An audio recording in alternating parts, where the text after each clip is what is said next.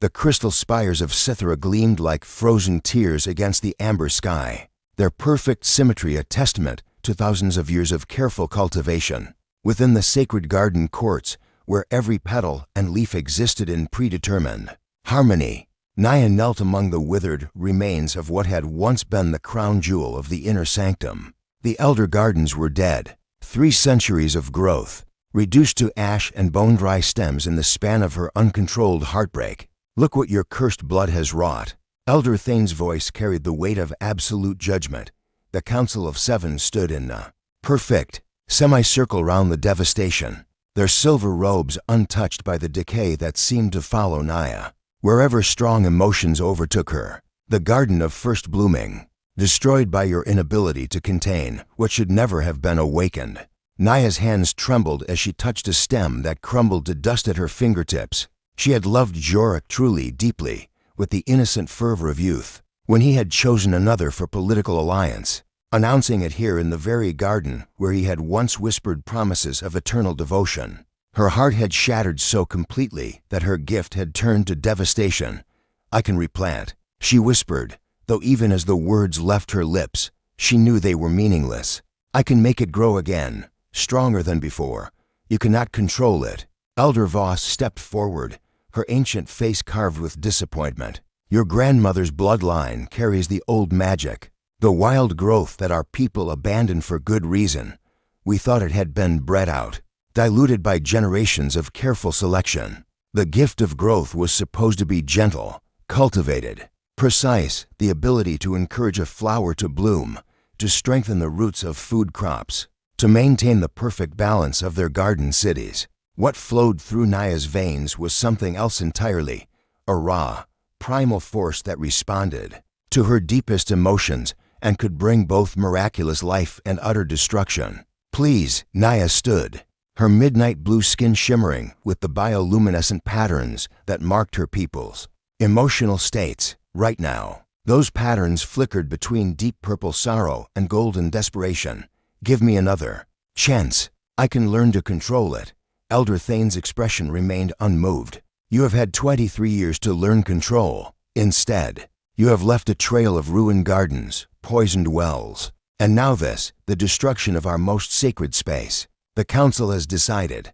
The word that followed was one Naya had dreaded since childhood: exile. The ship they gave her was barely functional, a relic from the outer trade routes, with enough fuel to reach the nearest inhabited system. As Cythera's crystal cities shrank to points of light, behind her, Naya pressed her palm against the viewing port and felt the last connection to her people snap like a dried branch. She had no destination in mind, only the vast emptiness of space and the bitter knowledge that she was utterly alone. The ship's systems failed 3 days into her journey, life support flickering as she entered the gravity well of an unknown planet. Naya managed a crash landing in what her dying sensors registered as a large greenhouse complex, the ship's emergency beacon dying as they touched down among rows of unfamiliar vegetation. Vale Martinez had been examining the protein structures of Verdanian moss when the crash shook his laboratory complex. Racing outside, he found a smoking vessel half buried in his experimental gardens. Exotic metal unlike anything in human manufacturing. More shocking than the ship was its occupant.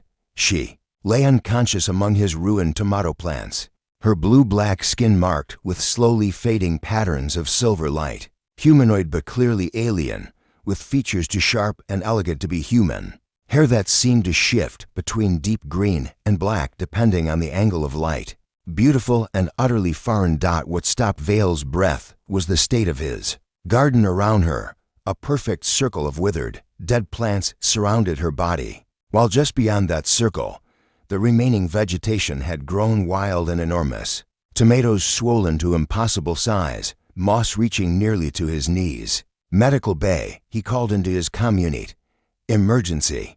Unknown alien, unconscious, possibly injured. Sir," came the voice of Peters, his research partner. "First contact protocols require immediate isolation and notification of colonial authority." Vale looked at the woman's still form, at the way her breathing hitched with what looked like distress even in unconsciousness, at the pattern of destruction and growth around her. That spoke of power beyond anything he had studied. Medical bay. First, he said, cutting the connection. Protocols second. He lifted her carefully, surprised by how light she felt, how warm her skin was despite the cool patterns that still flickered faintly across her arms. As he carried her toward his laboratory's medical wing, Vale noticed something that made him pause. Everywhere his hands touched her skin, the withered plants beneath them began to show tiny flecks of green dot in the medical bay. As he ran basic scans and ensured she was stable, Vale found himself studying her face, even unconscious.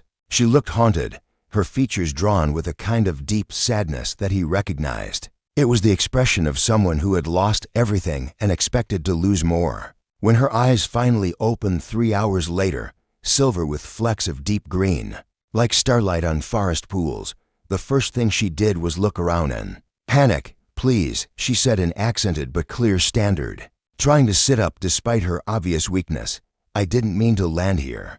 I'll leave as soon as my ship. Your ship isn't going anywhere, Vale said gently, moving to check her for line. And neither are you until you're recovered.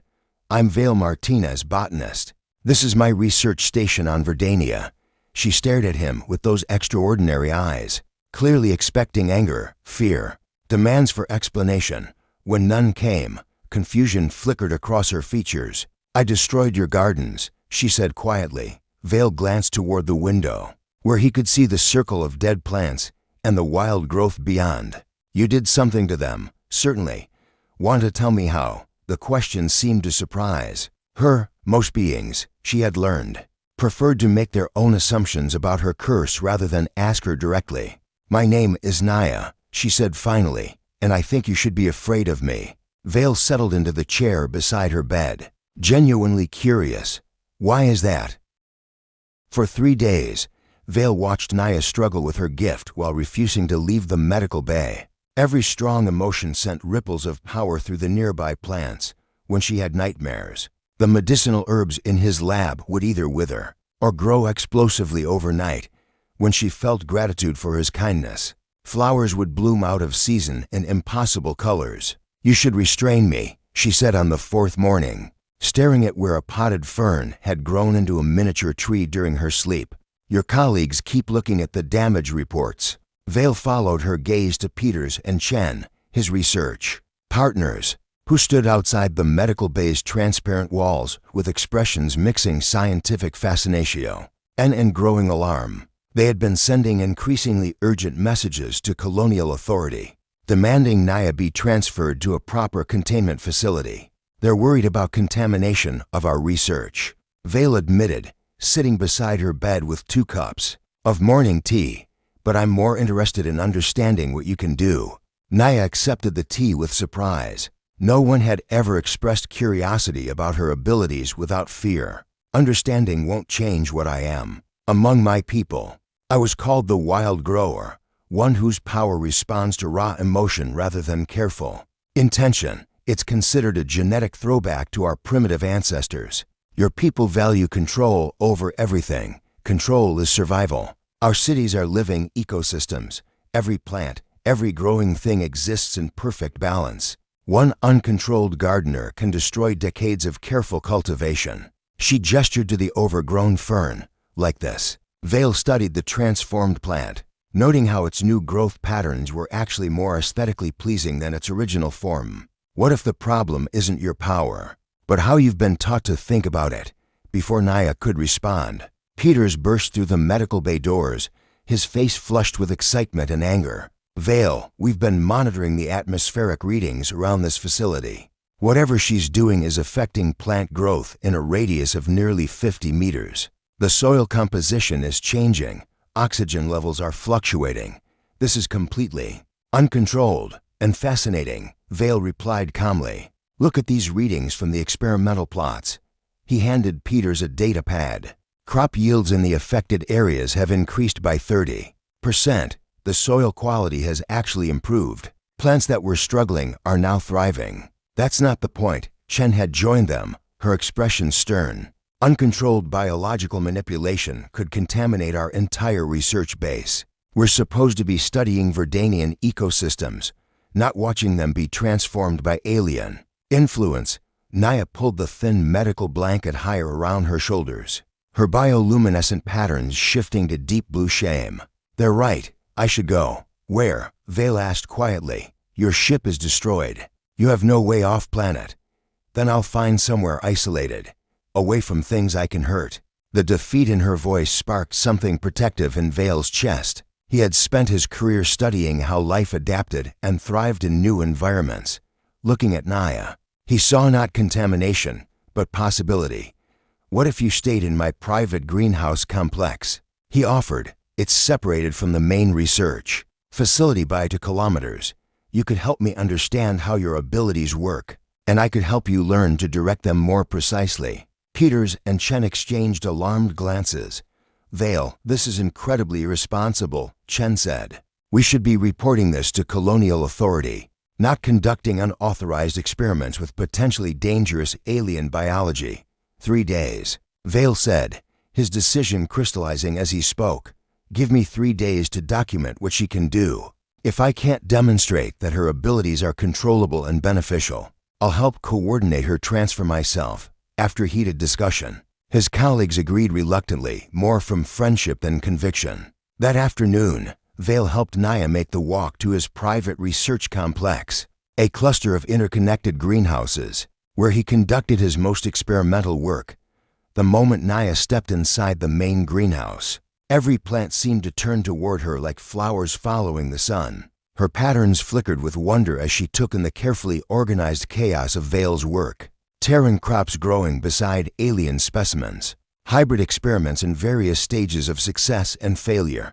It's beautiful, she breathed. Approaching, a struggling centaurian vine that had been resisting all his attempts at cultivation. Without thinking, she touched one of its leaves gently. The vine seemed to shimmer, its pallid color deepening to rich purple. New growth appeared along its stems as they watched, and within minutes it had produced its first successful buds. How did you do that? Vale asked, genuinely amazed. Naya looked at her hand as if seeing it for the first time. I just felt what it needed. It was lonely, I think. Disconnected from the soil chemistry it evolved with. She paused, her expression puzzled. I've never been able to be so gentle before. Maybe it's not about the power itself, Vale suggested. Maybe it's about the emotional context. When you're panicked or heartbroken, the energy is chaotic. But when you're curious and focused, it becomes precise. Naya finished, understanding dawning in her silver eyes. Over the following days, they worked together in the greenhouse like partners in an intricate dance. Vale would present her with struggling plants, and she would place her hands on them with growing confidence, learning to read what each specimen needed. Her touch could accelerate growth, strengthen root systems, even help plants adapt to alien soil conditions. More importantly, Vale noticed her own emotional patterns were stabilizing. The constant flicker of anxiety and shame that had marked her first days was being replaced by something he had never seen in her before, joy in her own abilities. On the 3rd evening, as they sat among thriving plants that had been failing just days before, Naya turned to him with an expression of cautious hope. No one has ever asked me to use my gift before, she said quietly. They only ever asked me to contain it. Vale smiled, watching how the plants around them seemed to glow more vibrantly in her presence. Maybe the gift was never the problem. The Cytherian ship arrived without warning on Naya's 10th day at the research station, its crystalline hull catching Verdania's double sunrise like a prism. Vale was in the greenhouse with Naya, watching her carefully encourage a hybrid moss to adapt to Verdanian soil conditions, when Peter's panicked voice crackled through the calm system. Vale, you need to get back here immediately. We have visitors. They're asking about the alien woman. Naya's hands stilled on the moss, her bioluminescent patterns shifting to pale gold. The color of fear. They found me, through the greenhouse's transparent walls. Vale could see the elegant ship settling onto the landing pad near the main research facility. Even from a distance, its design spoke of advanced technology and careful artistry, beautiful and intimidating in equal measure. Who are they? Vale asked, though he suspected he already knew.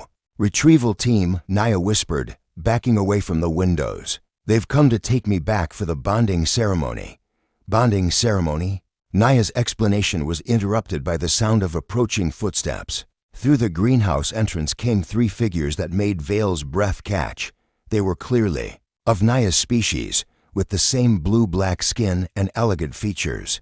But where Naya's patterns flickered with emotion, theirs remained steady and controlled. The leader, a tall male with intricate silver markings along his cheekbones, moved with the confidence of authority.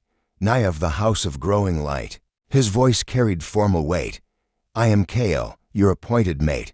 The council has reconsidered your exile. Have they? Naya's voice was carefully controlled, but Vale could see her hands trembling. And what has changed their minds? The gardens of the outer districts have begun failing without proper cultivation.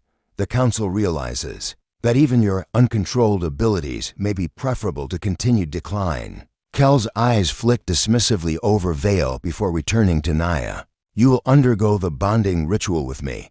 My emotional stability will anchor your wild power, making it safe and useful. And if I refuse, refusal is not an option. You belong to our people, and our people have need of you. Kale stepped closer, his patterns shifting to deep red, dominance and possession. Besides, what alternative do you have, living as an exile among primitives? Vale felt anger rise in his chest at the casual dismissal, but before he could speak, one of Kel's companions, a woman with intricate braided hair, stepped forward with a data pad. We've been monitoring the biological changes around this facility, she said in accented standard. Impressive work, but ultimately pointless. Naya's abilities require proper guidance, not the amateur attempts of lesser species. Lesser species? Vale's control slipped. I've seen what Naya can accomplish when she's not being suppressed and controlled. In 10 days, she's made advances in botanical cultivation that my team couldn't achieve in months. Uncontrolled experimentation, Kale said dismissively, dangerous and wasteful. The bonding will channel her power appropriately. The bonding will lobotomize her. Naya said suddenly, her voice gaining strength. I've seen what happens to wild growers after the ritual. They become empty, their power diminished to simple parlor tricks. They become stable, Kale corrected. Safe, useful to society rather than dangerous to it. Vale looked between Naya and her former betrothed, beginning to understand the true stakes. What if she doesn't want to go with you? Kel's laugh was sharp and cold. Her wants are irrelevant. She is a resource that belongs to our people. His attention turned back to Naya. We leave within the hour. Gather whatever primitive possessions you've acquired. No. The word hung in the air like a challenge. Naya straightened, her patterns shifting to bright silver, determination mixed with defiance. I said no, she repeated, moving to stand beside. Vale, I won't submit to the bonding. I won't go back to being treated like a dangerous tool that needs constant containment. Kel's patterns darkened to deep red. You have no choice in this matter. She does on my planet, Vale interjected, though he had no idea if that was legally true. Verdania recognizes individual autonomy. You can't force someone to leave against their will. The third Cytherian, who had remained silent until now, stepped forward with something that looked disturbingly like a weapon. Human law is irrelevant. We are retrieving stolen property. Property? Vale's anger flared again. She's a person, not an object. She is a Cytherian with abilities that belong to our people, Kale said firmly. Your attachment to her is understandable but misguided. Primitives often form bonds with things they don't understand. The condescension in his voice was the final straw. Vale moved protectively in front of Naya, knowing it was probably futile but unable to stop himself. Get off my planet. Vale. Don't, Naya said quietly, but he could feel power building around her, the air itself seeming to thicken with potential energy. They won't hesitate to hurt you.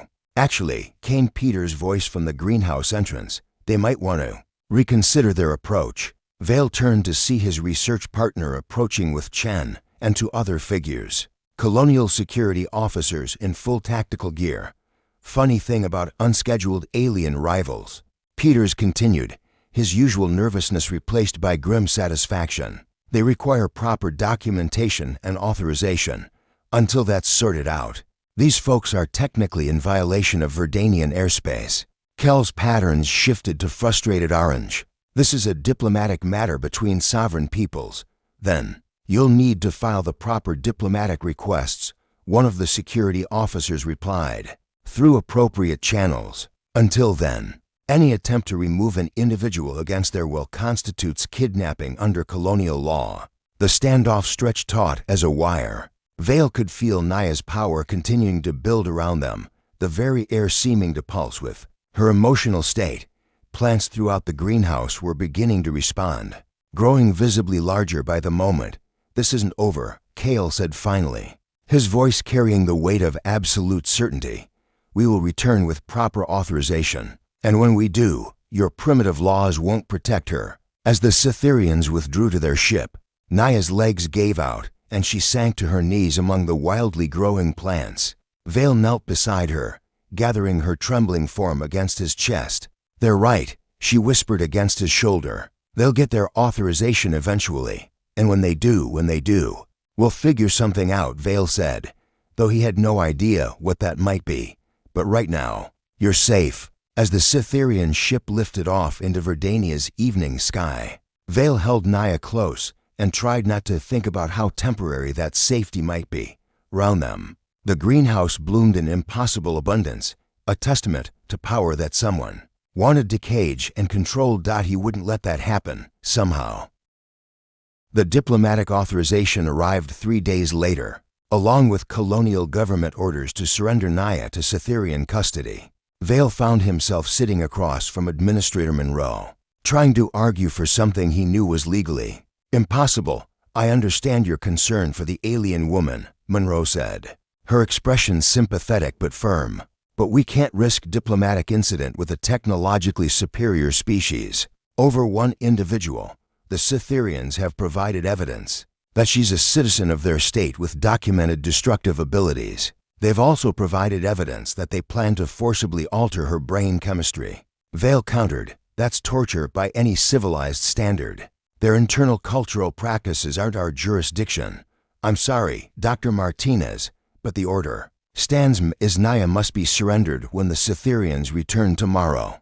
Vale left the administration building feeling hollow. He had spent the morning sending desperate messages to anyone who might help: xenobiological rights organizations, cultural preservation groups, even radical political movements that opposed forced repatriation. None had the legal standing to intervene in time. When he returned to the greenhouse complex, he found Naya sitting in the center of his experimental garden, surrounded by plants that had grown into impossible beauty during the 3 days of her distress. Her patterns were a steady, deep blue, the color of acceptance. "You heard," she said without looking up. "The ruling can be appealed," Vale said, though they both knew there wasn't time. "There are legal precedents for asylum in cases of cultural persecution." Vale. She finally met his eyes, and he saw resignation there that broke his heart. "Stop. I knew this would happen eventually. At least I had these few days of freedom." "No." The word came out harder than he intended. "I'm not giving up, and neither are you. What choice do we have?" Vale had been asking himself the same question for 3 days. Now, looking at her surrounded by the abundant life her emotions had created, an idea began forming, dangerous and probably futile, but the only option he could see. "We run." Naya stared at him. "Where? They have my genetic signature. They're ships. Can track me across systems. Not if we go somewhere ships can't follow." Vale pulled up a holographic map of Verdania's northern continent.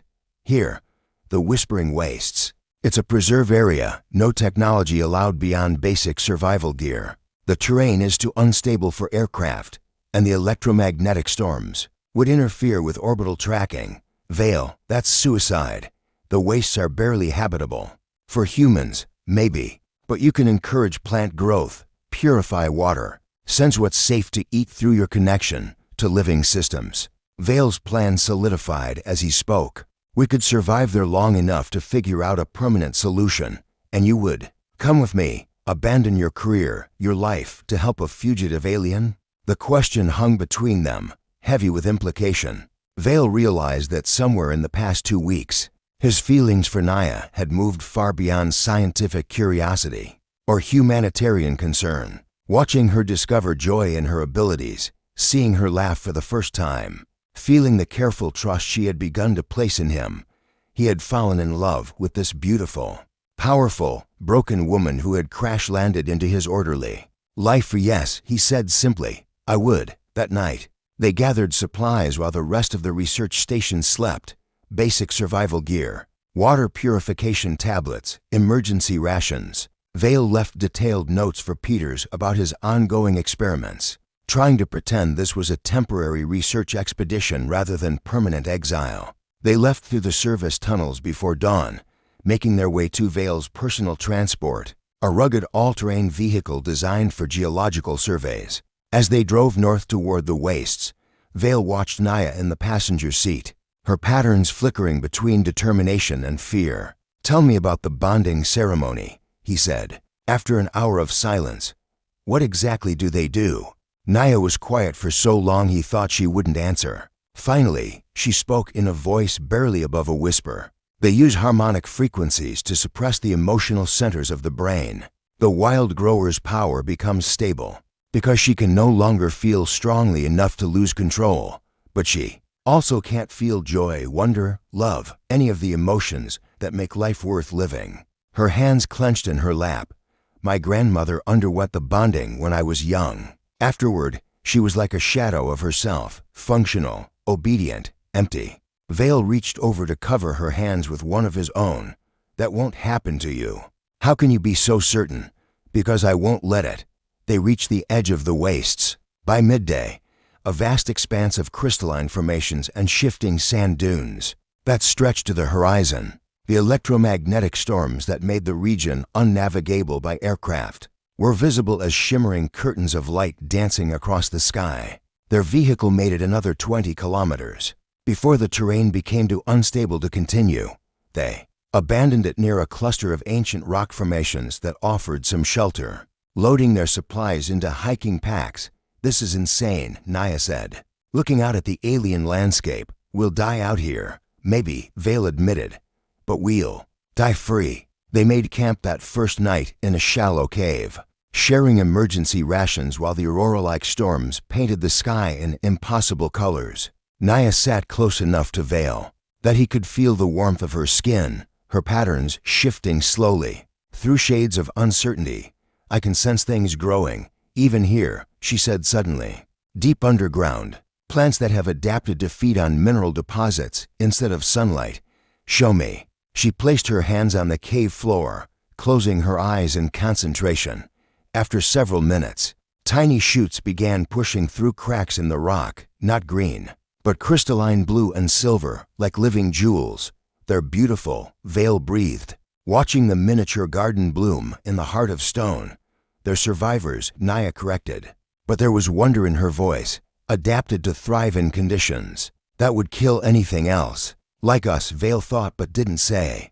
Over the following days, they pushed deeper into the wastes, following Naya's sense of hidden water sources and edible plants. She learned to coax moisture from crystal formations and encourage the growth of nutrient-rich fungi from mineral deposits.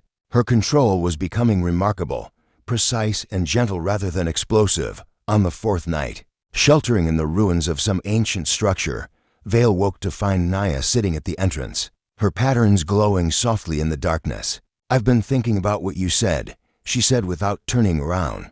About running, about choosing freedom over safety.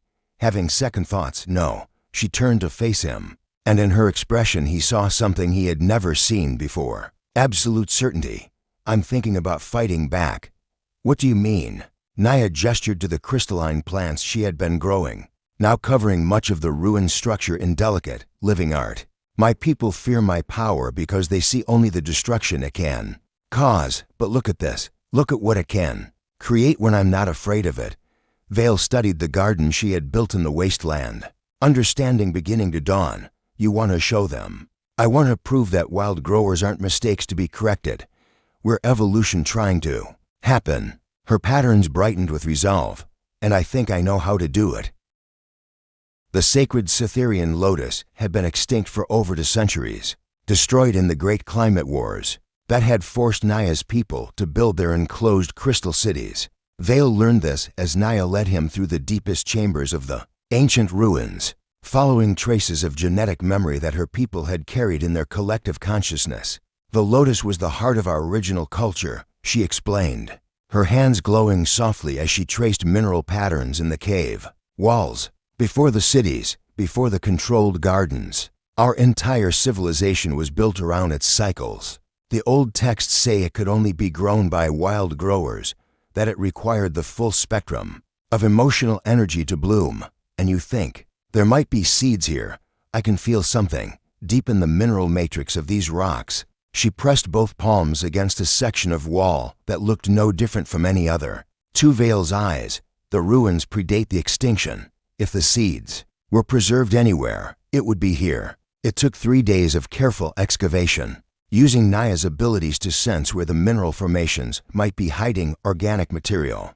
When they finally found it, a small crystal chamber, containing 7 seeds that looked like chips of compressed starlight, Naya wept with relief. If I can grow even one, she said, cradling the precious seeds in her palm, it proves that wild growers aren't destroyers. We're the only ones who can bring back what was lost. The growing process was unlike anything Vale had ever witnessed. The lotus required not just Naya's power, but the full range of her emotional spectrum, joy and sorrow, love and anger, hope and fear all channeled into the developing plant. She would sit with the planted seed for hours, her patterns cycling through every color of her species' emotional palette while the air around her shimmered with barely visible energy. It's fighting me, she said on the 5th day, exhaustion clear in her voice. I can feel it wanting to grow, but something is holding it back. Vale studied the planting site, a carefully prepared bed of mineral-rich soil in a sheltered alcove. Of the ruins, what did the old texts say about growing conditions? That it required community, the emotional energy of multiple wild growers working in harmony. Naya's patterns dimmed with disappointment. Something I obviously can't provide. Alone. What if you don't have to? She looked at him questioningly. I can't manipulate plants like you can, Vale said, settling beside her near the planted seed. But I can share your emotional state. I've been watching you work for weeks. I know what the different colors of your patterns mean, how your feelings translate into botanical energy. Vale, you're not Cytherean. Your emotions don't carry the same biological resonance. Maybe not, but they're connected to yours now. It was true, though neither of them had spoken it aloud until now. Somewhere in their shared days of discovery, and nights spent talking under alien stars, their feelings had become intertwined. When Naya was happy, Vale felt lighter.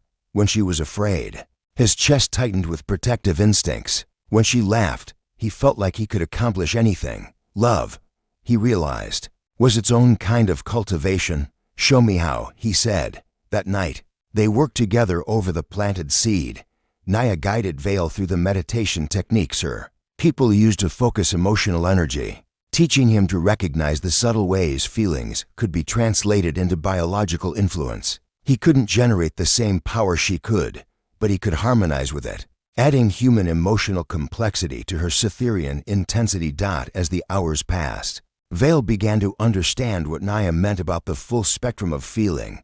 To grow something truly remarkable, you couldn't hide from the difficult emotions. They were as necessary as the pleasant ones. Love without the vulnerability of potential loss, joy without the contrast of sadness, hope without the risk of disappointment. The first sign of success came at dawn, a tiny green shoot pushing through the mineral soil. Naya gasped with delight, her patterns blazing gold and silver, and Vale felt an answering surge of triumph in his own chest. The plant seemed to pulse in response to their shared emotion.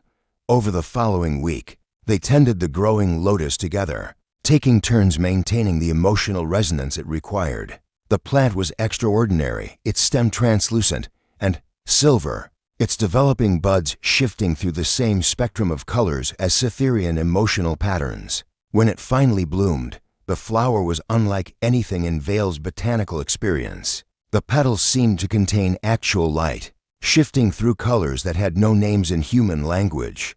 But more than its beauty was what Vale could sense around it, an aura of peace and growth that made every other plant in the vicinity flourish. It's perfect, Naya breathed, her patterns cycling through every color of joy her species could express. It's proof, Vale corrected, proof that your abilities aren't a curse or a mistake. They were interrupted by the sound of approaching footsteps, multiple sets, moving with military precision through the ruins. Vale's heart sank as he recognized the rhythmic gait of Cytherian hunters. Naya, Kel's voice, echoed through the chamber as he emerged from the tunnel entrance, flanked by four-armed companions. Your human friend is more resourceful than I anticipated, but this game ends now. Naya stood slowly, moving protectively in front of the blooming lotus. You have no authority here. Kale, this is a preserved world.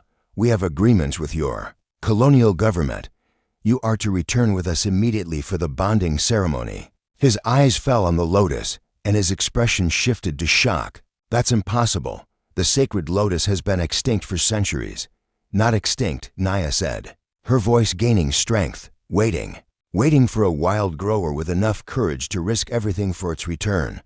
One of Kel's companions, an elderly Cytherian with intricate ceremonial markings, stepped forward with wonder in her expression. The bloom patterns, they're perfect, exactly as described in the oldest texts. Irrelevant. Kale said sharply, one flower doesn't justify the danger she represents, doesn't it? The elder moved closer to the lotus, her patterns shifting to deep purple, all mixed with reverence. Do you understand what this means? The sacred lotus can only be grown by wild growers. Our ancestors knew this. The bonding ceremonies, the suppression of emotional growth. We've been sterilizing the very abilities we need to restore what we've lost. Vale watched the dynamics shift as the other Cytherians began to understand the implications. The lotus wasn't just a flower. It was proof that their cultural approach to wild growers had been fundamentally wrong. The council will need to see this, another hunter said quietly. The implications for our agricultural restoration projects. The council will see a dangerous individual who has corrupted sacred genetics with alien influence. Kale snapped, but Vale could hear uncertainty creeping into his voice. Actually, Naya said, stepping forward with confidence Vale had never heard from her before. The council will see a wild grower who has accomplished what their controlled cultivation programs couldn't in centuries. A wild grower who chose cooperation over dominance, growth over destruction. She gestured to Vale, and they'll see that partnership, even with other species, can accomplish more than isolation and control. The elder was now examining the lotus with intense scientific interest. The harmonic resonance patterns suggest multiple emotional contributors. How did you manage to replicate traditional community cultivation with only 2 individuals? We didn't replicate it, Naya said, her patterns brightening with pride. We evolved it. Human emotional complexity combined with Cytherian biological influence. A new kind of cultivation for a new age. The standoff stretched for long moments. The only sound the soft humming resonance of the blooming lotus. Finally, the elder spoke. I invoke the right of botanical testimony, she said formally. This discovery requires full council evaluation before any individual action is taken. Kel's patterns darkened with frustration, but he couldn't override the elder's authority. Very well, but the human stays behind. No, Naya said firmly, we're partners.